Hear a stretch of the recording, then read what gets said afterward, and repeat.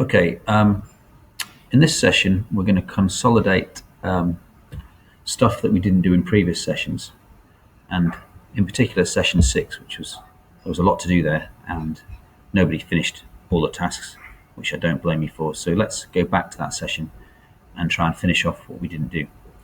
If you remember, this was about creating a function to implement the trapezium rule numerical method to calculate the area under a graph. And in this case, the graph or the function was eta minus x squared, and the area under that is called the error function, which is an important function in engineering. And it's also something that we can't analytically integrate, so we need to use a numerical method like the trapezium rule to integrate that. So this is the function that we integrate to get the error function. Okay, so we created a function to calculate this value. Let's go into Matlab and do that quickly now. Most of you did that, but let's refresh our memory of what we did. So in Matlab, I can click on a new tab to get a new function. And I can type in function, give it a name, whatever we want to call it. I'm calling it Gaussian. That might be a reserved name, so I'll call it Gaussian 1.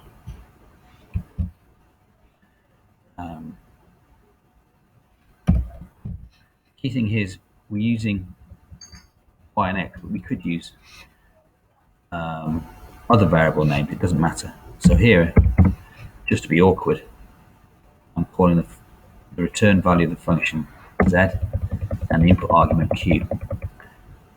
Z could be y and q could be x. It doesn't matter because these are just internal variables that are used within the function.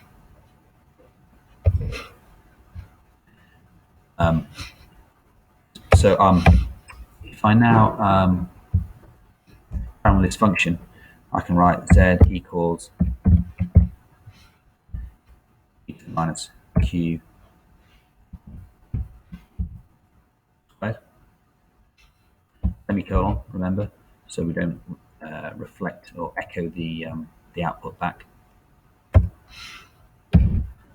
Now type in end, and then that function, which I call Gaussian 1, will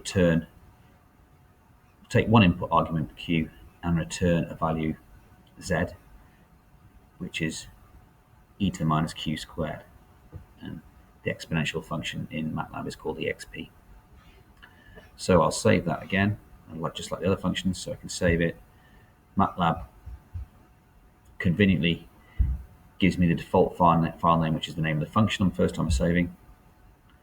So I've saved that, and now I can test that it works by, again, in the command line testing that. So if I have a function, if I declare a variable bd1, that's equal to Gaussian 1 of 2.